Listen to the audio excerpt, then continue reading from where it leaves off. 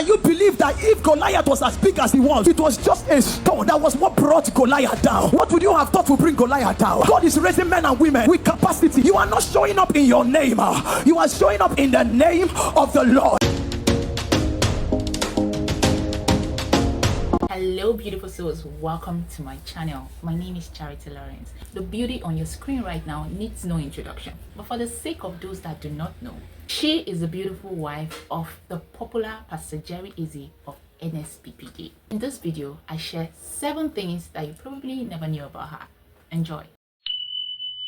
Eno Jerry, popularly known as Pastor Eno Jerry or Dr. Eno Jerry, is a beautiful wife of the popular Pastor Jerry of the nsppd prayer platform. She was born on the 22nd of February 1983 in Nsukka, Enugu State, Nigeria, because her parents were lecturers at the University of Nigeria, Nsukka. She's the only daughter of her parents. She said her parents were neither poor nor rich, but growing up, they always had a driver and they always had a cook in their house. She said she started her Christian work at a very young age. She would go out to give her life to Christ every Sunday once the altar call is made. And after giving her life to Christ that Sunday, throughout that week, she will go back and fight. So she will come back next week Sunday and give her life to Christ again. And that was the pattern. On one faithful Sunday, as she was about to go out to give her life to Christ when the altar call was made, the Sunday school teacher said, if you have given your life to Christ before, you don't need to come out and give your life again. You're already born again. So stay back. That was how she stopped going out to give her life to Christ. After her primary education, she attended the University of Nigeria Nsukka Secondary School, but she was only able to complete her JSS1 there before her father withdrew her from that school and enrolled her at Federal Government Girls College, Calabar. Once she finished schooling, she didn't get admission into the university immediately because she couldn't meet up with the cutoff mark of the course that she applied when she wrote her JAMB. So the plan was that she was going to wait till the next admission year, and in the meantime, she was going to learn maybe computer studies or something just to keep her busy. Then an older friend of hers told her that in this crucial time of her life, that instead of just waiting, she should pray that God should use her parents to make the right decisions for her. So when she heard that, she started praying that God should use her parents to make the right decisions for her. She didn't even pray that prayer for long before her father approached her and told her that she should pack her bags because she's going to school. She was surprised, but she packed her bags. Fortunately for her, her father had helped her to secure admission to study English language at Abia State University, Uturu. Pastor Eno said while she was in school, she was very active in fellowship and in church. She said she started praying for her husband at the age of 15. And someone told her that while she's praying for her husband, that she should also pray that when she sees the husband, or when he meets her, or when he approaches her, that she will be able to recognize him and he will also recognize her. So she started praying. So one day she went for a relationship program. According to her, she always went for relationship programs while she was in school. So there was this particular relationship program that she can never forget the date. It was on the 5th of November 2002. After that program, she went back to her hostel and she was gisting with her friends that also went for the program, what was said during the program. They were just, talking about it. After talking about it with her friends, she went back to her own room to sleep.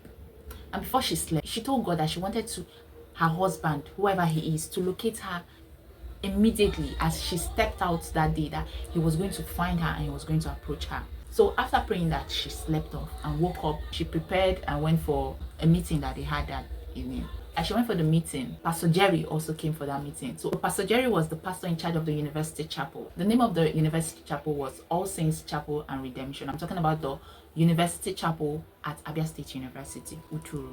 Pastor Jerry and her were not close. They just greet and that's it, but they were not very close, like friends. So after the meeting, Pastor Jerry said she should wait behind, that he was going to see a guy that stays close to her hostel, so he would walk with her. Pastor Jerry then was staying off campus while she was staying in the hostel. So she waited behind. After the meeting, she and Pastor Jerry were walking. As they were walking, Pastor Jerry asked her how the relationship program was, because the relationship program was hosted in the school chapel. And she just kept on talking about it, and he now asked her what she wanted in a husband. She just kept on talking. She didn't even know that it was a setup. She was just talking what she wanted and talking and talking and talking.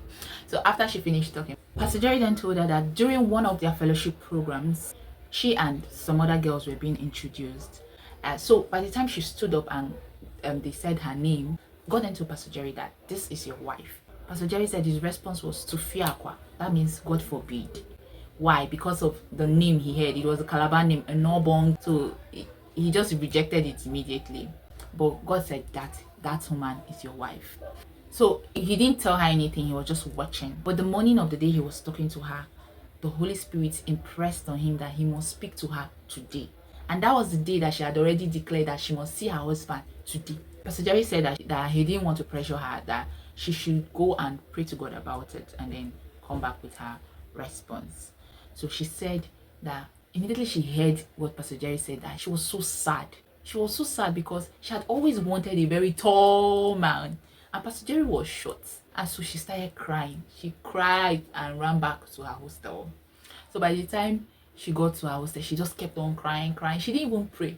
For a few days, she was just crying. And at that time, there was someone else that she even liked very well, that she was wishing that person was going to be her husband. By the time she got herself and she decided to pray, she went to a quiet place to pray. Once she got to the place of prayer, she just said, God, if this is your will for my life, then it's fine by me. Immediately, she got peace in her heart. So she and Pastor Jerry started courting. They courted for 5 years before they got married in March 2007.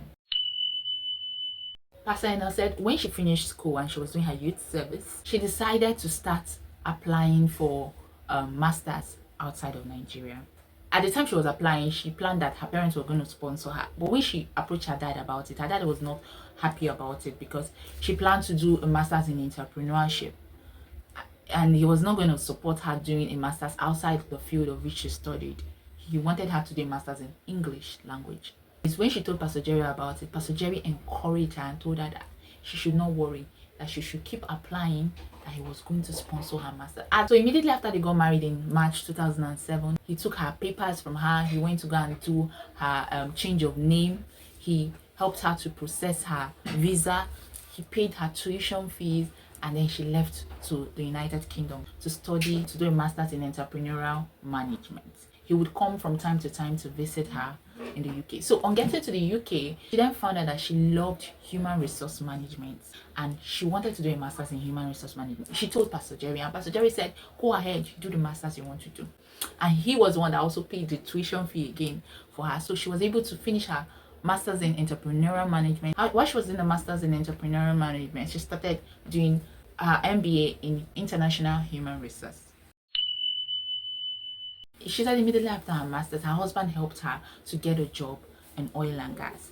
She came for her interview in Lagos and went back to the UK because the job was actually in the UK. Okay, so she worked there for like 2 years before she came back finally to Nigeria. And the reason why she came back to Nigeria was because she was on maternity leave. And in the UK, they give 1 year maternity leave, 9 months paid leave and 3 months unpaid leave. So she decided that 1 year, instead of sitting down at home in the UK, she would just come back and stay with her family in Nigeria. And when she came back, she didn't want to go back to the UK again. She wanted to be close to her family. So she was able to get another job at flour mills in Calabar. At that time, Pastor Jerry was already pastoring a church in Abia State.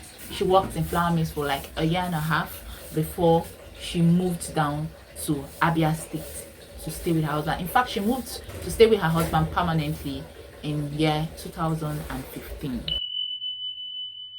So in 2017, Pastor Eno Jerry wrote a book titled I Almost Ruined My Marriage. And in this book, she shared her story. She said even though she grew up in a comfortable home where money was really not much of a problem to them, her parents were always fighting. So she grew up to see her parents always fighting each other. So while she was even in school, she was always praying that God should give her a peaceful marriage. She wanted peace. She wanted a peaceful husband. And God did give her a peaceful husband. She just likes peace. He doesn't like quarrel. But she is the one that is very talkative and always opinionated. And she was also very hot-tempered. Immediately after her wedding, the very next week, her husband was to go for a conference in Abuja. He didn't want her to be alone, so he told her to come along with him. So when they got to Abuja, the husband went for the conference and she was alone in a hotel. The whole day while he was at the conference, he didn't even bother to check in on her and see whether she has eaten or to even know how she's faring. The whole day, for people that just newly got married, she was just there.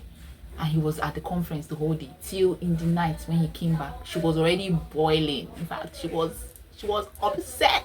So immediately he came back, she said she doesn't even remember whether she greeted him, but she just poured her anger on him. She was just talking and talking and talking, and he was trying to calm her down. She just kept on talking and talking and talking. Then he now started crying. So it was when her husband started crying that she realized, I've said some things that have hurt this man. And then she now started begging him and begging him and begging him. Her husband was telling her that, look, I'm not like a light switch that you can just turn on and turn off, okay? I have emotions, so you have to be careful how you talk. And most of the times, she said she doesn't even remember what she says to him because she says those in anger. So after she's done talking, she doesn't even remember what exactly she said to him. But her husband remembers everything. Sometimes he will even be telling her what she said, and she'll be like, really? Did I say that? Okay, so that was one of the experiences they had. There was a time that he even came to London and she left him in a place where they went to get something and left him and went back home. And he didn't even know anywhere then in London then, but he found a way back to her house. She also gave instances of other times where he'll be talking to her, and if the conversation is not going the way she wanted, she would just bang the door and she would just walk away. And there was even a time where she was so upset that she threw some plates on the floor. She broke some plates in anger. She noticed that there's this light that her husband used to have in his eyes whenever he sees her. You know, when someone sees you and the person is so happy to see you, right? Sometimes she noticed that light, it began to dim. Her husband would see her and it doesn't even move him that he sees her.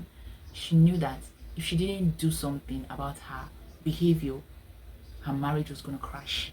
So she shared all of these instances of how she almost ruined her marriage in her book, and she also shared how she was able to solve the anger issues. So if you're someone that's hot-tempered or someone that this kind of issues affect you, then you probably want to get that book. It's titled How I Almost Ruined My Marriage, okay? And you can get it on Amazon or on her website.